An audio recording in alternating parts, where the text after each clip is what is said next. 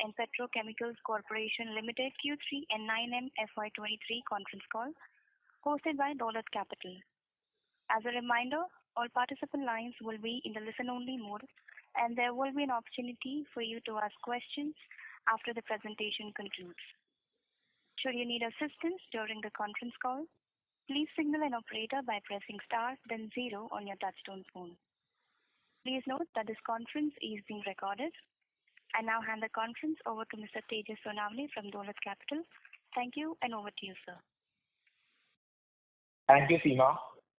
Good afternoon, everyone. On behalf of Dolat Capital, I would like to thank the management of Deepak Fertilisers and Petrochemicals Corporation Limited for giving us the opportunity to host their Q3FY23 earnings call. From the management team, we have with us today Mr. S.C. Mehta, Chairman and Managing Director, Mr. Amitabh Bhargava, President and Chief Financial Officer, Mr. Tarun Sinha, President Technical Ammonium Nitrate, Mr. Supraj Jain, Vice President Corporate Finance. Without further ado, I would like to hand over the call to the management for their opening remarks, post which we will open the forum for a Q&A session. Thank you, and over to you, sir. Thank you. So, thank you, Tejas. A very good afternoon to everyone. I am pleased to welcome you to the Q3 FY23 earnings call of DFPCL. I hope you have had the opportunity to review the financial statements, press release, and earnings presentation available on the exchange and our website. So, at the outset, let me share that I'm once again very happy to share that for Q3, again, our top line grew by 40% over last year, and the bottom line also grew by 40% over last year.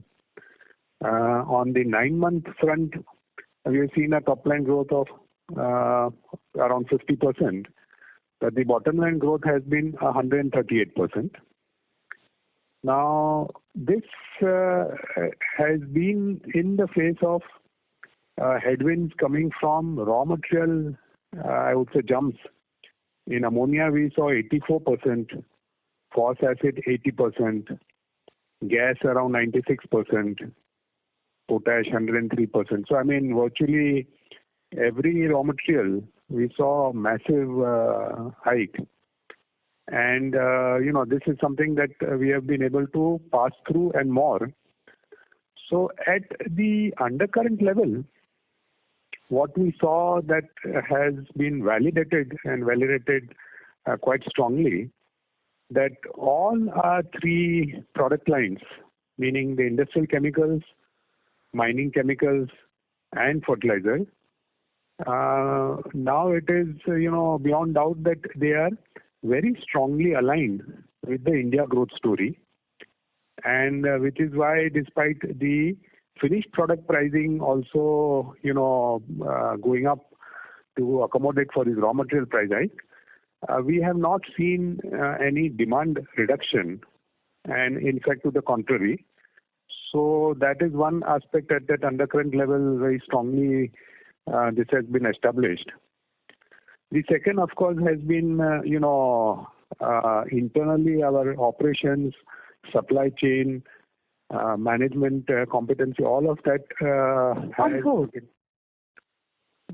hello, you can hear me, right? Yes, sir. Please go ahead. Yeah, okay. So all of that also, has been very strongly validated, and that has helped to, in somewhere, ride through some of these headwinds. The third and the most important thing is that we are finding increasingly a very positive traction in our journey from commodity to specialty. And if I might just share that, one were to take, let us say, our technical ammonium nitrate business, that this journey from moving from product to holistic services, what we call as TCO, the total cost of operations, and also moving from just selling a product to our customer, the industrial explosives companies, to our consumers, which is mine. That is something that more and more we are finding a very strong, I would say, positive validation that that is the right strategy. Similarly, is in the fertilizer business, the shift from, again, commodity NPKs to crop-specific NPKs. and also our very strong focus from just focusing on the channel, that is our customer, to a very strong focus on our farmers, the consumers. In the industrial chemicals group also, in terms of moving from commodity IPA to focus on somewhere the pharma grade IPA and segmenting the market, delivering to those segments what is specifically required for them, including solar grade nitric acid or the like. So from a strategy perspective, if I look at the common underlining strategic shifts that we are bringing in all the three businesses are somewhere bearing fruit, which is number one, moving from commodity to specialty, which is a combination of product and technical services, which of course in the long run will create also a very good brand. The second is this very tough but very strong drive on moving from customer to consumer. And finally, of course, moving from competition pricing to value pricing. So these are things which are, I would say, transformative shifts, which are bearing fruit in terms of also the financial result, but it is also something which will provide a long-term, I would say, strong foundation and trust for us going forward.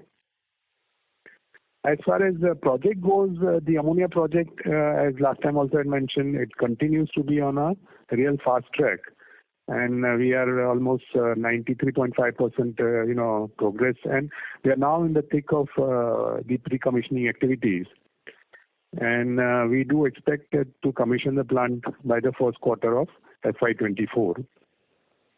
There, I would want to also share that we have succeeded in tying up almost 40% of our gas requirements, and these are basically Brent linked, so that in case tomorrow as the crude changes, we also get the positive benefits out of it. And of course, it's at a very attractive discount over the current spot. Going forward, we are looking forward to now there will be the large Reliance auction, and it's going to come in, I would say, 2 or 3 slots.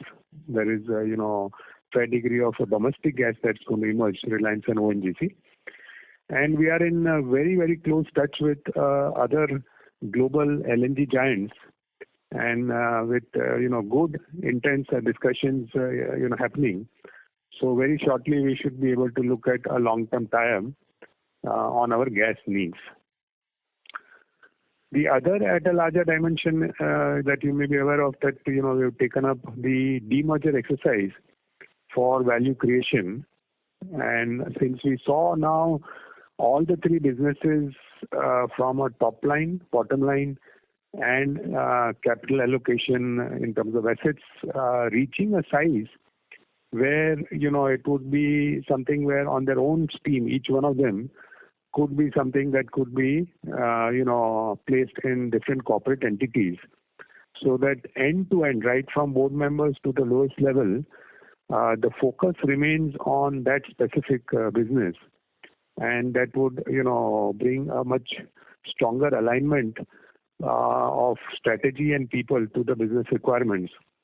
And so we have kick-started that where Deepak Fertilizer continues to have the industrial chemicals business, and a 100% subsidiary of Deepak Fertilizer was STL, where we had housed the fertilizer business and the technical ammonium nitrate business. And now what we are looking at is putting those also into separate corporate entities as we go forward. So we are in the thick of the NCLT process, and we are looking forward to that unwinding to then have focused businesses into focused corporate entities, and that will bring in a lot of value creation. So with these thoughts, I now hand you over to Amitabh, our CFO and President Finance, to take you through the detailed financial overview and the operational performance highlights. And then, of course, he and the team are there to provide any further clarifications that you may need. Thank you. Amitabh? Yeah. Thank you, Mr. Mehta. Good afternoon, ladies and gentlemen, and thank you for joining the Deepak Fertilisers and Petrochemicals conference call to discuss the Q3 FY23 results. During Q3 FY23, we reported a total operating revenue of 2,755 crores, an increase of 40.9% YOY compared to the same period last year. Our operating EBITDA increased to rupees 461 crores compared to rupees 352 crores in Q3 FY22. Operating EBITDA margins were at 16.7% during Q3 FY23. Our net profit for the quarter recorded a growth of over 39.7% YOY to rupees 252 crores with margin of 9.1%. During the quarter, our chemical business recorded a revenue of rupees 1,615 crore, an increase of 37% compared to Q3 FY22, with segment margins of 28%. Manufactured pharma chemical recorded sales of 454 crores, an increase of 19% YOY. Manufactured mining chemicals business recorded a sale of rupees 994 crore, an increase of 50.4% YOY during the quarter. Coal India overburden removal overall production grew by 21% YOY and by 53% quarter on quarter. Its coal production grew by 10% YOY and 29% quarter on quarter. In sales volume, volumes declined by approximately 10% year on year in TAN segment, mainly because of the delayed demand as far as the infra segment is concerned, or non-coal segment also, and also there were resumption of imports from Russia. Project funding for TAN Greenfield was secured with total debt of 1,541 crores with a 14-year door-to-door tenor. Q3 fertilizer segment revenue grew by 47% YOY to rupees 1,134 crores with segment margins of 5%. Reservoir levels in key operating geographies are well above the normal levels, and we are expecting good Rabi sowing. We received sanction of industrial promotion subsidy claim for FY20, FY21 and FY22 of approximately 25 crores from Directorate of Industries, Government of Maharashtra. Also, ADB Blue Loans first tranche of $15 million was disbursed in November 2022. In the quarter, our IPA plant operated at 62% capacity utilization, while acids and TAN plants operated at 88% and 117% respectively. In crop nutrition, NP and NPK plants operated at 63% utilization, and the Benzol plant operated at 50% utilization. This sums up this quarter's operating and financial performance. With this, we would be happy to take your questions. Thank you. Thank you very much. We will now begin with the question and answer session. Anyone who wishes to ask a question may press star and 1 on the touchtone telephone. If you wish to remove yourself from the question queue, you may press star and 2. Participants are requested to use handsets while asking a question. Ladies and gentlemen, we will wait for a moment while the question queue assembles.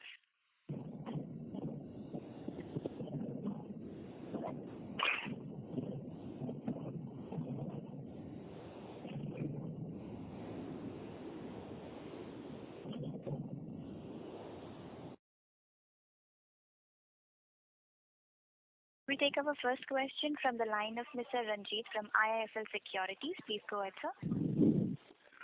Yeah, hi, sir. Thanks for this opportunity. A couple of questions from my side. First, on the volume front, just wanted to get a bit more granularity of the specific reasons from the 10% decline when we have seen, at least on the coal production side, the volumes have increased. But for us, the TAN volumes have seen a 10% decline.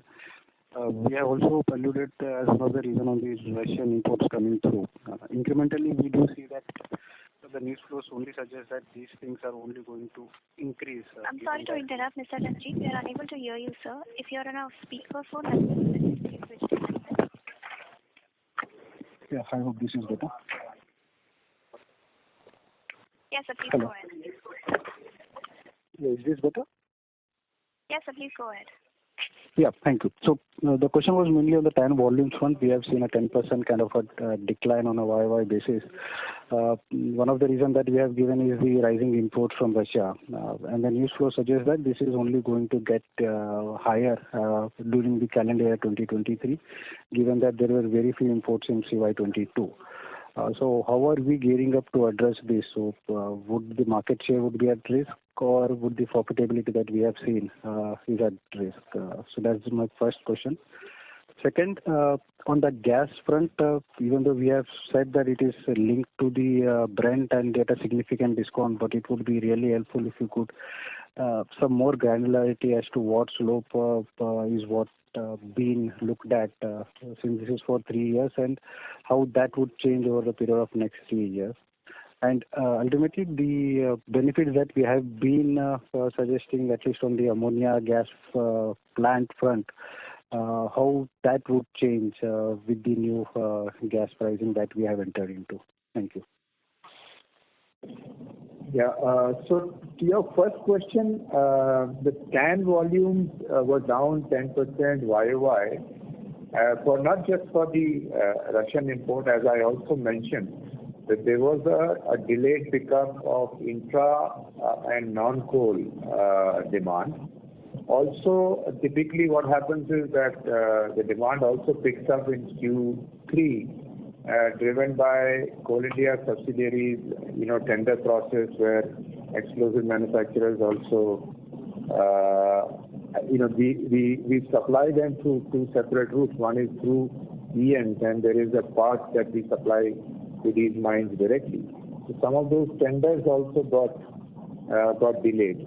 So it's more of we believe that overall from full year standpoint, the targets that Coal India has for overburden removal or for coal production, that will remain, and to that extent we'll see that improvement coming in Q4, and particularly once those tenders are out, which normally happen in Q3. This time it got shifted to Q4. Also, I think while Russian import has happened, but fundamentally the import volume remains within a narrow range, which bridges the gap that is there in terms of our demand, a country's demand of TAN and our local supply. Now, what happens is in a particular quarter, if there is a bunching, that may have an impact in a particular month or a particular quarter, but that doesn't change the equation per se as far as the full year is concerned. So we are quite confident that Q4, which is normally also the peak demand for TAN, we would have certain recovery of volumes. And like I said, some of those demand drivers which would shift from Q3 to Q4, we should be in a position to service that demand in Q4. To your second question on gas, essentially one is, while we have tied up 40% of the gas, there is balance 60% is we are still sort of working on 2-3 fronts, including the domestic auction. That is, I think there are 2 or 3 rounds that are expected to come in the next couple of months. So we believe that overall weighted average of our gas price is going to be quite competitive. As far as the gas that we've already tied up, while we are not in position to disclose the slope, but I would say that somewhere, given where the Brent is, and we've seen Brent hovering within that narrow range.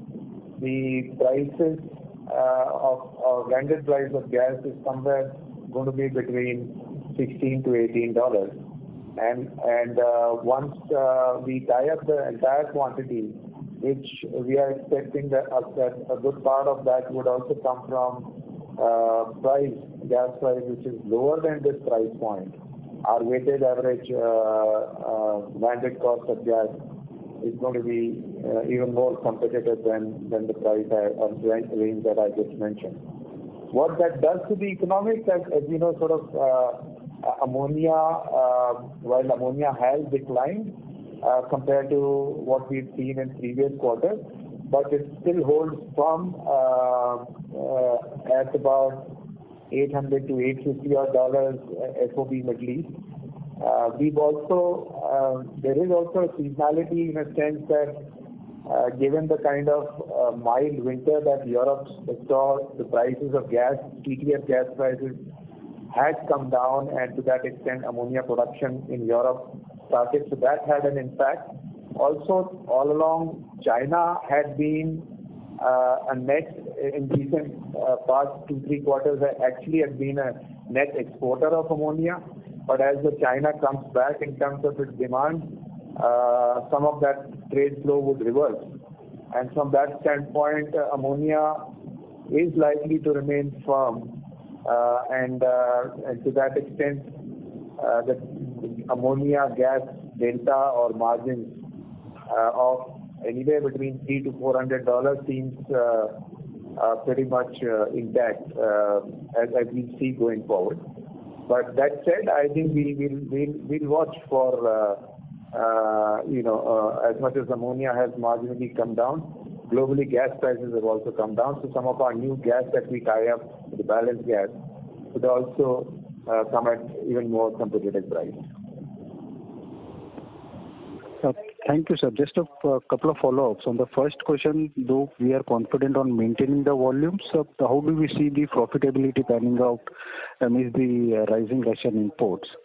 And on the second one, do you foresee a surplus ammonia in the global dynamics given that there is a significant correction in the natural gas price? Thank you. So TAN, like I said, despite a reduction in volume YOY, overall profitability of TAN business has been significantly better YOY. So prices, in fact, even between Q2 and Q3, the prices, NSPs of TAN on an average were better than Q2. So the effect of import typically comes on the price first, and like I said, the volumes per se don't normally cross the range which is the gap between demand and supply domestically. But Q3 NSPs suggest that despite that, we've done even better than Q2 in terms of NSPs and TAN. And certainly overall profitability vis-a-vis YOY, despite 10% reduction in volume, have been significantly better. To your second question on ammonia, I couldn't quite get what was your question? Yeah, so the question was that now since most of the ammonia capacity across the world witnessed a bit of challenge and they were under shutdown because of high natural gas prices, with the gas prices coming down, we see a bulk of that capacity is getting revived and we starting production. Would that lead to an excess ammonia supply? And which would in turn would put further pressure on the ammonia prices? No, actually, on the contrary, if you look at the demand supply and that holds true with many commodities like in ammonia, that structurally not much of new supply has come in last few years, while the demand has continued to grow with globally with say about that 1 to 1.5% per annum. What we saw, of course, the aspect that largely the European ammonia capacities were shut. But like I mentioned, there was also a counterbalance that was there, which is China was not consuming ammonia at all. In fact, they were net exporter of ammonia, and that had played some sort of a counterbalance to the capacities which were shut in Europe. Now, as the new capacities in Europe come up, and we'll have to see where, from a sustainability standpoint, where does the TTF, European gas prices settle post this winter as the new summer and the next winter procurement starts happening. But there is also a counter that we are seeing that China is going to come back sooner or later, and that, rather than China becoming a net exporter, it would then start consuming more ammonia. So we are seeing certain counter forces, and to that extent, ammonia, it can always a commodity. It's very difficult to predict which way it would head, but we are not seeing a significant downside of ammonia from here for the reasons I just mentioned, because structurally not too many new capacities have come up for the merchant ammonia, or that would cater to the ammonia trade globally.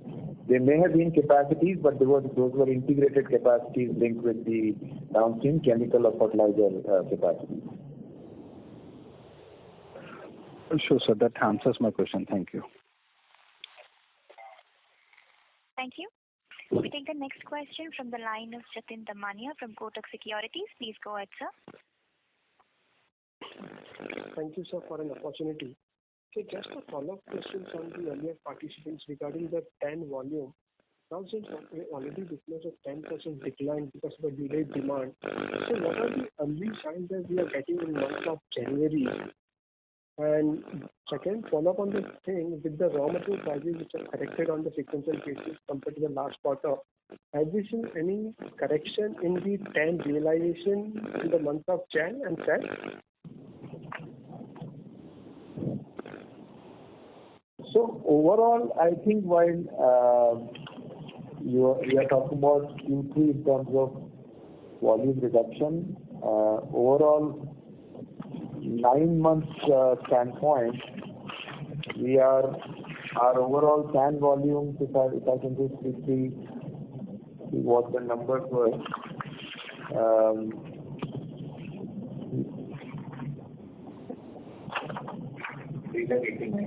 We have sold in total 385,000 compared to last year 9 months.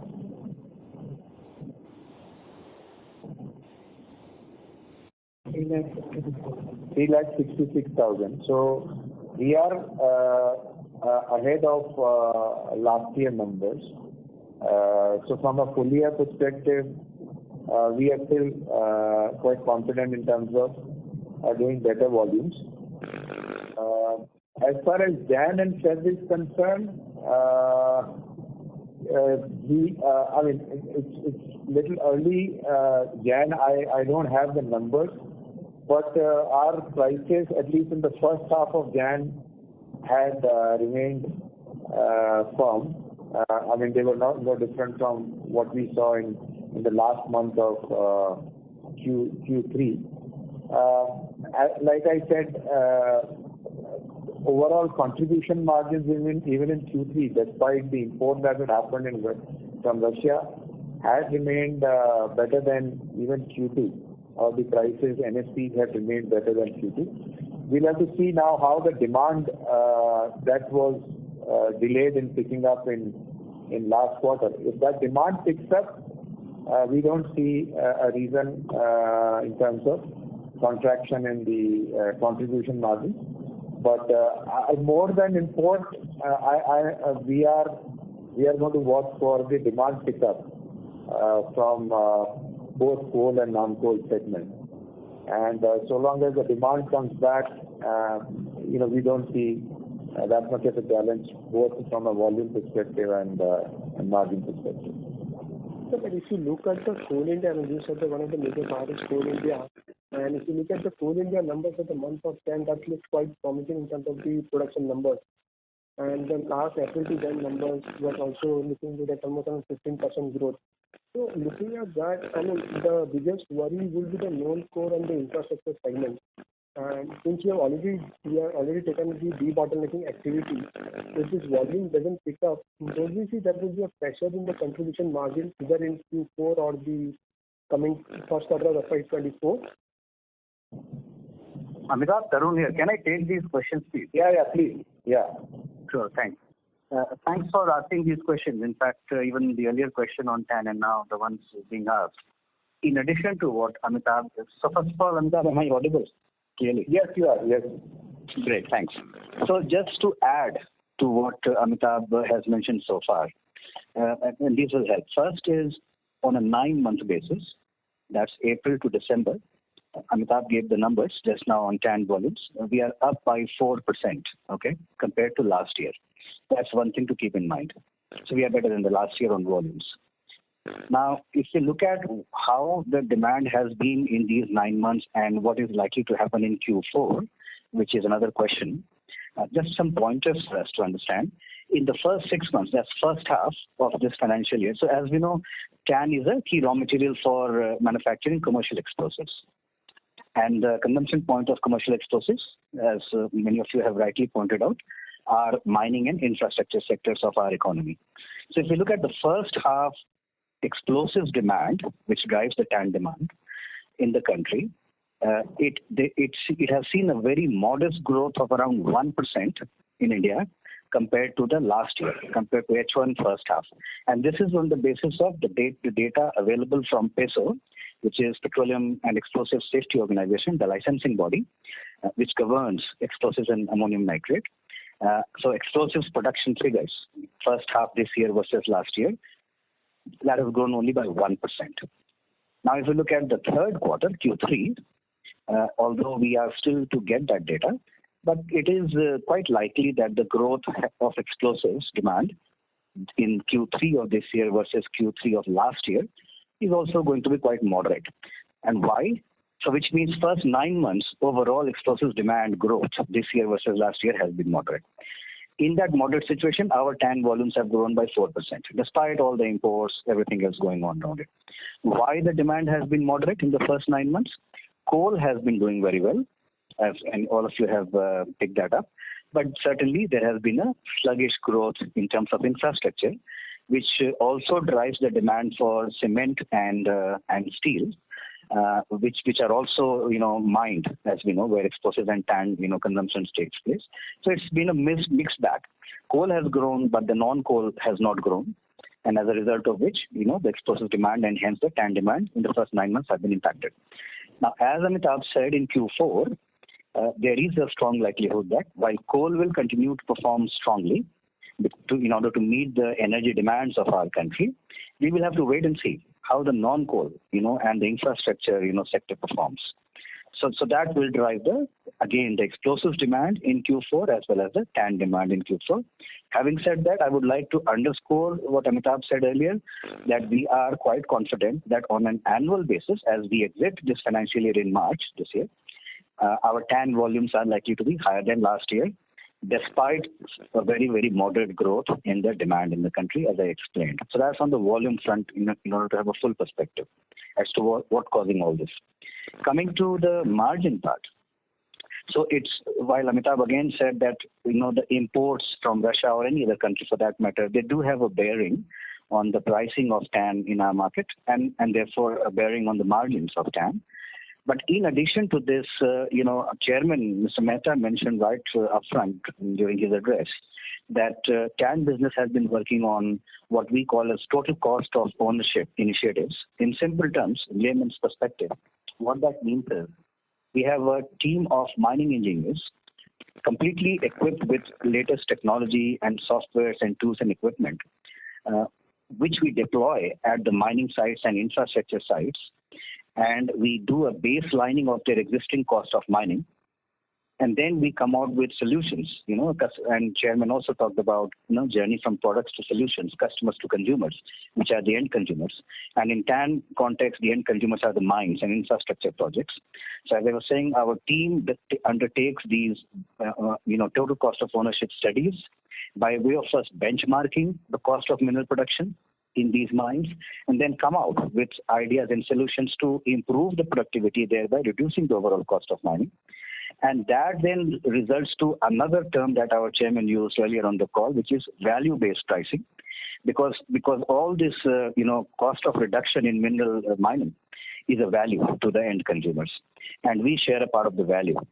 As we deliver that value, naturally we are entitled to sharing that value as well with the consumers. That adds up to the margin line as well. So it's not now going forward. TAN margins are not just margins for the sake of TAN as a product, but there is a solutions margin, we are talking on as well. And a combination of these three impacts the overall, TAN business margin. So hopefully that explains the kind of efforts and initiatives which we are undertaking to keep margins in not just in check, but also grow the margins as we go along to the solutions. While we will keep an eye on the product per se. Thanks, Tarun, for the detailed answer. Amitabh, just a follow-up on the ammonia. In the opening remarks, you said that given the current prices, it is expected to remain firm. Margins will remain in a range of $300 to $400 per ton.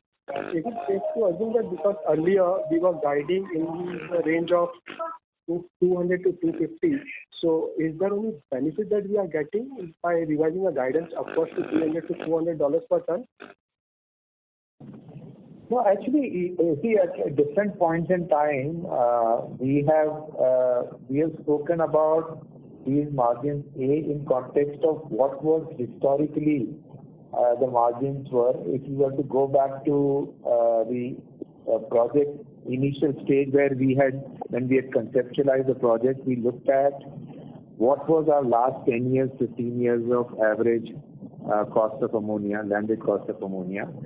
And that's where we were looking at about $400 to $420 odd of FOB Middle East kind of prices, which on a landed basis was coming to about $500.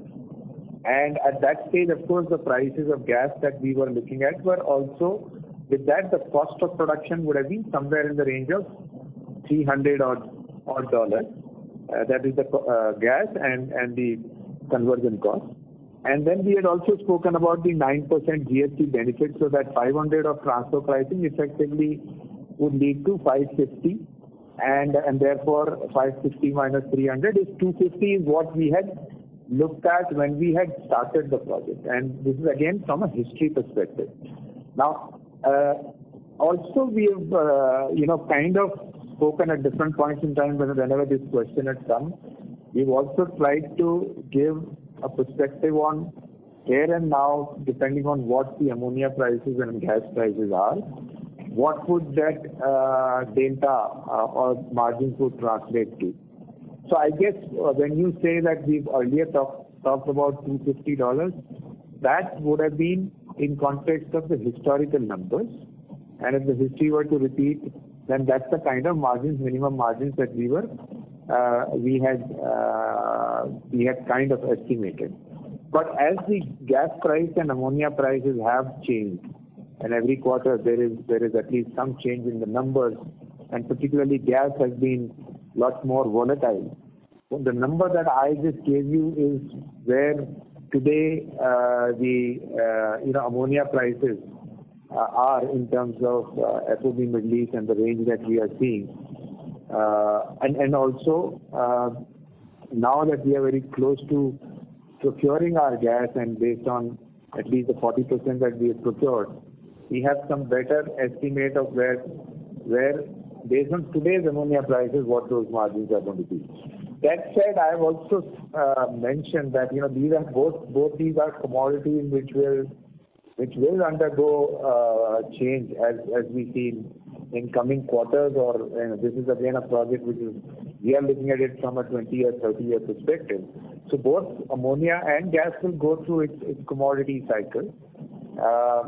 So when I said 350 or 300 to 400. We are looking at based on the current prices of ammonia and gas prices, and we have seen some of that remaining, at least medium term. Those are the numbers that are likely to sustain. It's anybody's guess where gas prices, the way gas prices ammonia have sharply corrected, and the kind of storage that this winter Europe would end up with. For all you know, the gas prices, spot prices of gas may sharply correct. So I am not getting into that prognosis, or what I tried telling you is more in terms of where ammonia and gas deltas are looking based on what we can foresee. Sure, Amitabh. So based on the numbers that you stated, so on the rated capacity, is it fair to assume that in FY25 we will be doing somewhere about incremental EBITDA of 900 to 1200 crores only from ammonia? Well, again, those are the numbers. They are doable. And I don't want to give till we tie up 100% of our gas and we have a sense on what the underlying benchmarks to which our gas is tied up. I wouldn't try to give one figure or a narrow range, but yeah, these numbers, what you have just quoted, they seem plausible. Last question, if I... Sorry to interrupt, Mr. Justin. May we request you to return to the question queue, sir, as we have several participants waiting for their turn. Okay, thank you. I'll come back with you. Ladies and gentlemen, in order to ensure that the management is able to address questions from all the participants in the conference, please limit your question to 2 per participant. Should you have a follow-up question, we would request you to join the question queue. We take the next question from the line of Naushad Chaudhary from Aditya Birla Sun Life AMC. Please go ahead, sir. Hi, thanks for the opportunity. Some clarification, sir. Firstly, just wanted to hear from you. What was the thought process, behind setting up our ammonia project? If I understand this correctly, earlier we were importing ammonia. Now we are fighting for gas. So it is not helping us to at least reduce the volatility in the business. In fact, it is creating slight more problem because gas would typically be more volatile. Plus, the seller of gas, the supplier, would be much more stronger than the ammonia suppliers. And you have to sign a contract versus the TAN product, I believe, is a spot business. So it's bringing more volatility to the business. Can you explain this, sir? See, one is I just mentioned and I just explained in terms of numbers, the rational, economic rational, financial rational of going for an ammonia in-house as opposed to buying it from our Middle East sources.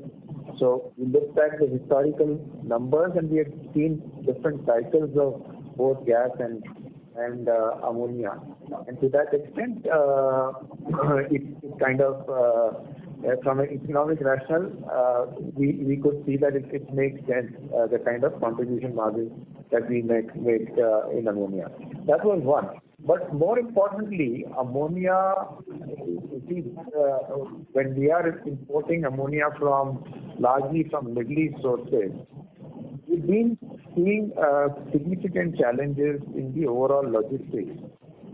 As you know, even as much as we've seen volatility in commodities, we also saw a lot of uncertainty around the freight aspect of any commodity that you import.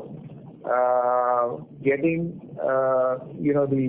the ocean freight in terms of availability of ships, and also the volatility we saw in the transportation cost. So it's not as though the import of ammonia was without any uncertainty, particularly on the logistics.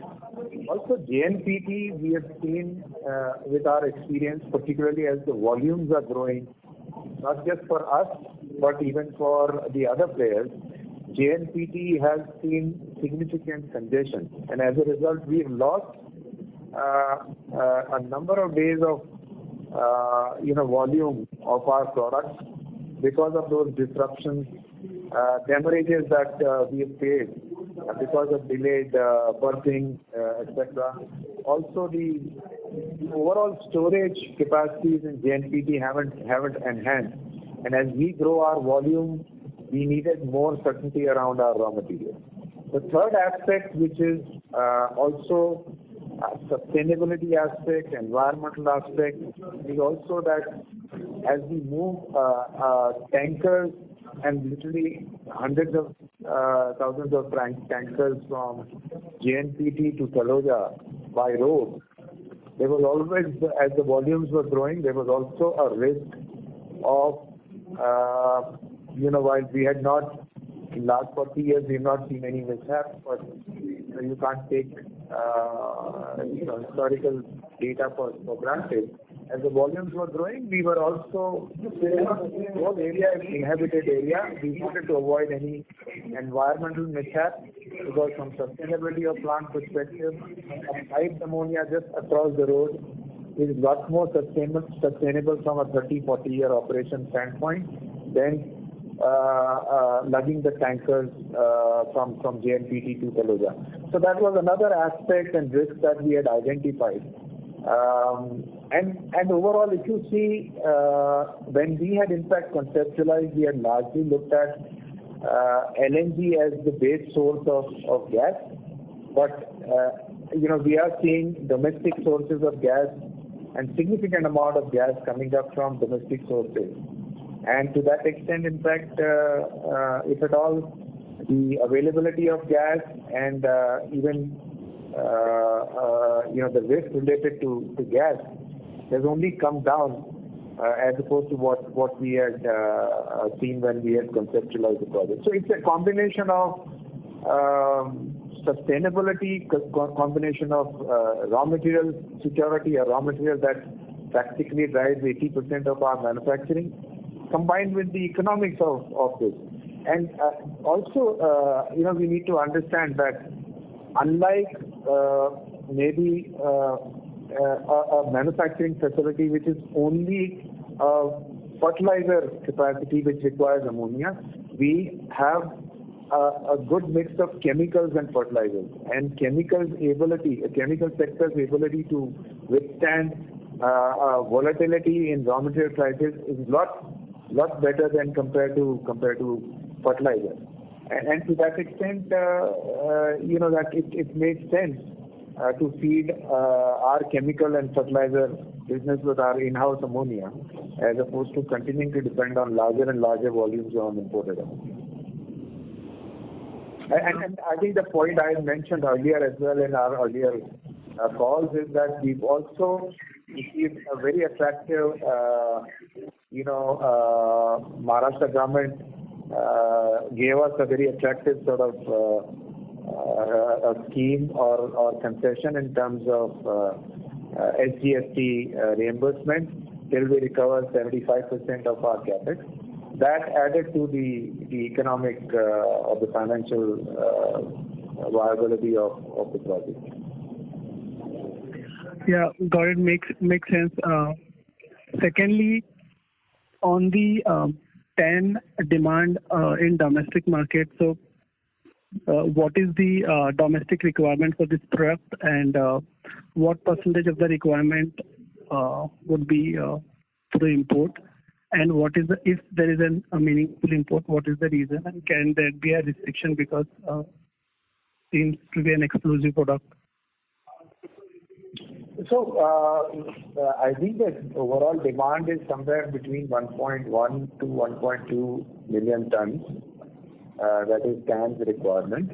Roughly today, about 25% of this demand is met through import. We've seen disruption in import for safety and security reasons. We've seen disruptions because of trade from certain regions, particularly the Black Sea region. We saw the disruptions in Black Sea trade. So there have been many instances in last 2 to 3 years for different reasons, where there's been disruptions in import of TAN. And that is anybody's guess whether, given the geopolitical situation and also I think the whole trade situation hasn't normalized, some of those disruptions may continue.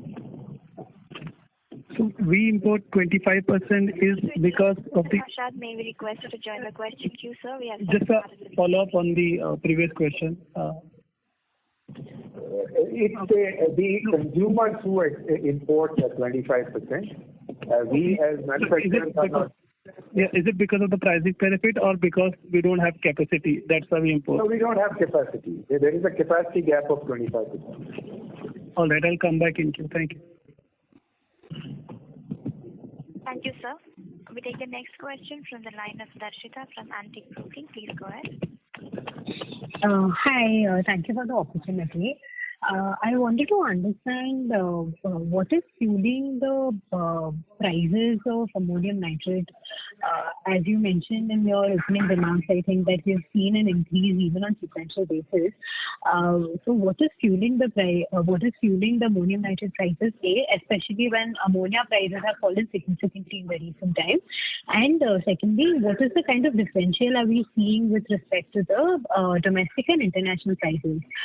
So if you could probably give some idea on the Russian imports that came in during the quarter.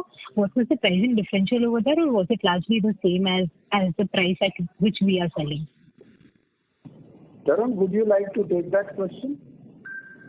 Yeah, I will answer the second question first about the pricing differential. So basically, we need to just understand that the ammonium nitrate which is imported in India is of a different quality, and that is called as fertilizer grade ammonium nitrate, whereas what we make in Smart Chem technology is called as technical ammonium nitrate, which is why it is called as TAN as an acronym. And the fundamental difference between the two is the purity aspect. So technical grade is a much more pure form of ammonium nitrate, which means it adds to the efficiency in the downstream operations as that TAN is being used compared to when the fertilizer grade ammonium nitrate is used. And there is an additional cost that the users have to bear and incur when they process the fertilizer grade ammonium nitrate which is imported. Secondly, because of the reasons Amitabh mentioned earlier, the disruptions off and on that take place on the imported front, compared to that as a domestic manufacturer, we provide security of supply. So, and now with ammonia, our own ammonia plant coming up, which was discussed at length today, it will give us even more security of supply to our customers and consumers. So in view of all of this, first quality, second security of supply, and then added to that, as I was mentioning earlier on the call, that we bring in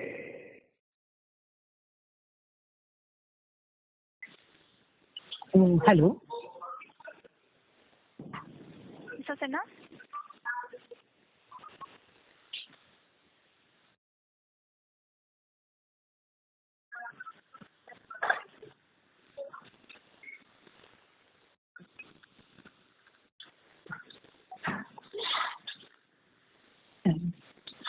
Hello, am I audible? Yes, just bear with us. Tarun got disconnected. I think he's joining in. Okay.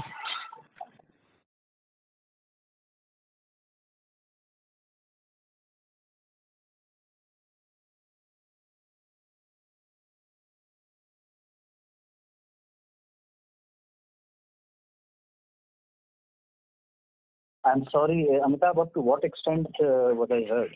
You had spoken about these two factors. That is the security aspect and the quality. And the third one that you...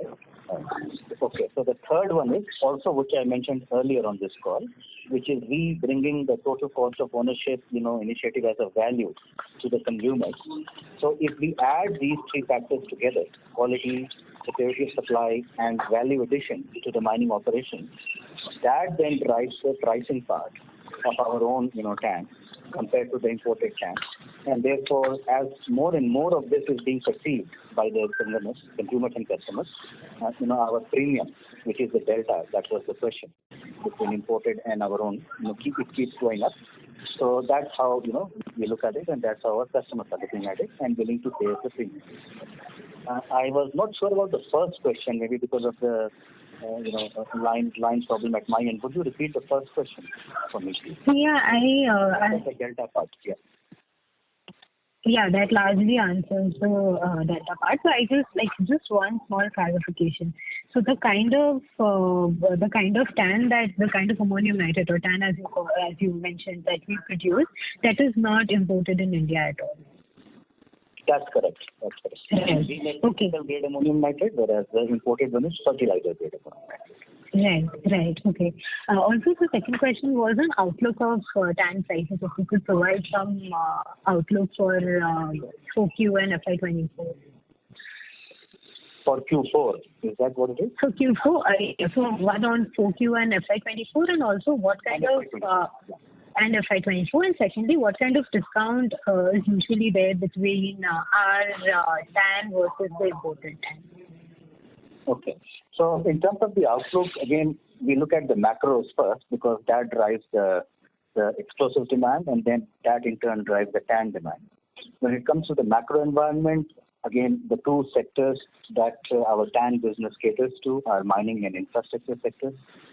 In mining, coal is a big chunk, so we've already talked about it. Coal is poised to grow in order to meet our energy demands. So that's a good sign for our business going forward in Q4 of this financial year as well as in FY24. As far as the infrastructure sector is concerned, again, now the new budget has been announced. Government has committed a lot of funds to drive the infrastructure projects in our country. So fundamentally, as the infrastructure grows, there are three things which drive the TAN demand very quickly so that, we are all clear.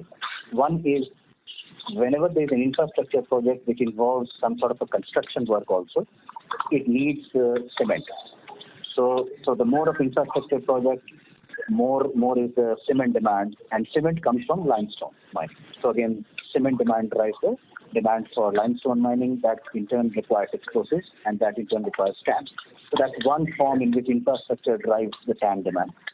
Second form in which infrastructure growth drives the TAN demand is in the form of steel, because again, a lot of construction work requires steel, and steel comes from iron ore mining, and again, iron ore mining requires iron ore to be blasted off using explosives, and that in turn drives the TAN demand. Even otherwise, steel is used in other applications as well, which is in addition to the infrastructure, and more of steel demand in India would mean more of iron ore mining, and then more of explosives and TAN. And the third aspect of infrastructure is the rock aggregates. Wherever construction takes place, there are stone chips, rock aggregates which are used. Where do they come from? They come from what we call as quarrying operations, stone quarries, which are in thousands of numbers on a pan-India basis. So more of construction work for infrastructure demand means more of rock aggregate requirement, and those rock aggregates come from stone quarries, and that's where rock has to be blasted off using explosives, which in turn requires TAN. So these are the macros of mining and infrastructure, and as I said earlier, on both these fronts, we are anticipating a reasonable growth going forward. If you want to look at a certain number as a direction, broadly we anticipate that over the next years, 2 years, 3 years, 4 year kind of a horizon, the growth should be in the range of 5 to 6% on a CAGR basis. For the pricing or overall 5 to 6% on? This is the demand part. Okay, demand. Pricing I've already explained. It is a function of a lot of things, and that continues to basically drive the pricing of our product. Right. And yeah, just on the. May we request you to join the question? It was just a fall. I'm just repeating the question I've already asked. The differences between the domestic and international prices, and secondly, why is the ammonium nitrate prices still on such a elevated levels despite ammonia falling down significantly? That's all. Okay. So again, differential between international and domestic I have talked about. 3 factors: quality, security of supply, and value-based pricing. That determines the delta between international and domestic. I'm just trying to understand the pricing differential, as in if you could mention how much the delta there is, like 5%. Unfortunately, we can't give that number because it's a commercially sensitive information. So that's something which can't be shared here, but at least I have given you the drivers. Right. That is. And the extent of the delta. Right. And your other question with whatever happens to ammonia and then how is that linked to the TAN pricing? Again, I will go back to, the same thing which I mentioned earlier, that while there is a complete pass on of the ammonia, cost to our customers and consumers by way of TAN pricing, but that's not where we stop in terms of TAN pricing.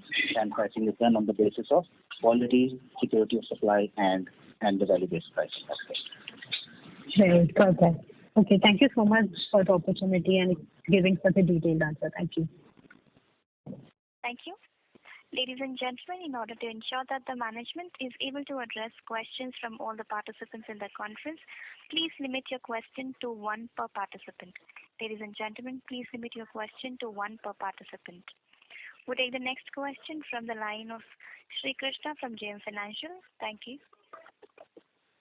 Good afternoon, sir.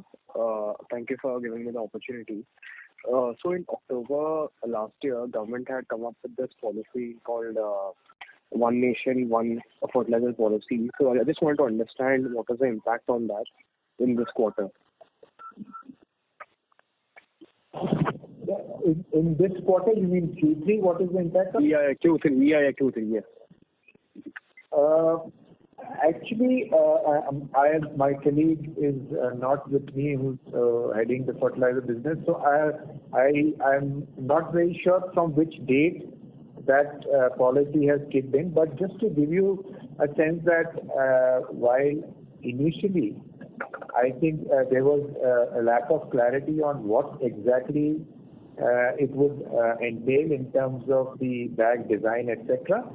But what we know and what we are, what we have implemented is that besides a part or one side of the bag where there is a prescribed, space where it has to reflect government's Urvarak Yojana kind of details. There is roughly, if I'm not wrong, about 1/3, a little more than 1/3 of the space is where the product specifications, the name of the company and our logo and brand is also printed on that bag. So to that extent, in fact, while there is a all bags carry one uniform, kind of. I would say the write-up which is government has prescribed, but there is also a space where the companies are free to kind of display their brand logo and the product details. So to that extent, it hasn't really. We haven't seen any significant impact. If at all, I think we've given that for us, a lot of the work that we have done at the trial level is to really generate the awareness about our product and the sort of additional benefit that our product or our PropTech and SmartTech product has in terms of yield, in terms of shape, size, color, that it has shown in various trials. To that extent, we have focused mostly working on the farm trials, also working with Sasi farmers, group of farmers, and that our marketing and sales strategy hasn't changed. What has changed is just the display part of the bag, and there also, as I said, we have government has allowed us to display our brand and logo. Okay, understood. So basically, it did not impact your margins much. Basically, that's what you're trying to say. Yes. Thank you so much. Yeah. Thank you, sir. We take the next question from the line of Mr. Prateek from Systematics. Please go ahead, sir. Hi, sir. Am I audible? Yes, sir. Please go ahead. Yeah. So, sir, on the TAN business, you had stated that we have to see margin as a function of your product as well as solution. So if the solution part would have a higher margin as compared to the product, is my understanding right? So I can take that question, Amitabh, if you want. Yeah, please. Yes, okay. So this, as our chairman again mentioned right in the beginning of the call, that as a group we have embarked upon this transformation journey of products to solutions. And this has been a journey which has, in TAN business, which has been started about a year or 18 months back. So we are in the early stages of that. We are basically, helping our consumers to understand that this is another way. This is one of the ways we can help them reduce their cost of mining or mineral production. So in the initial stages, in the seeding stages of any new initiative technology, the margins are low. But certainly, as we go along, the solutions margin are likely to become much higher, and not just on a percentage basis, but also in the overall margin pie of the TAN business. Okay. So just to follow up on this, do you have the bifurcation between how much solution you have provided? Do you have any bifurcation for that? No, in terms of reporting our numbers, we are not reporting any separate numbers. Okay. That's it from me. Thank you. Thank you, sir. We take the next question from the line of Mr. Abhimanyu Kasliwal from Choice Equities. Please go ahead, sir. Thank you so much for taking my question, sir. Am I audible? Yes, please. Wonderful. Sir, my question regarding the incremental EBITDA has been more or less satisfied. I do understand that next year, we can expect a good amount, maybe a 500 to 1,000 crore EBITDA. But my question, sir, is regarding Deepak Mining and SmartChem, the internal division that we've had. Could this be like a preceding step to perhaps a demerger going forward, which can lead to substantial value unlocking? What can you tell us, sir? So I think our chairman also spoke about this. The fundamental rationale for the demerger that we have proposed, of course, it is going to go through the NCLT process, is to right from the board down to every employee who is facing the customer. Now that both these businesses have attained critical mass, we would want the board as well as the entire org structure, the incentive structure, everything has to be aligned such that this entire workforce can focus on, or management can focus on that particular business. And that's the whole rationale that once CNB and TAN become separate and it has an independent board, and today they are all part of one single company. So therefore, even the various incentive structure for employees is in a way gets commingled. But once you have two separate businesses with their own org structure and their own business levers, the entire board, right from board to the employees, the sales force can focus on the deliverables required for that particular business. I think that's really the fundamental rationale, and that obviously, logically speaking, should lead to better outcome. As far as value unlocking is concerned, what it also allows us to do is to raise capital for growth in these entities independently, because some of the strategic or financial investors who may be interested in one business may not necessarily be interested in the other.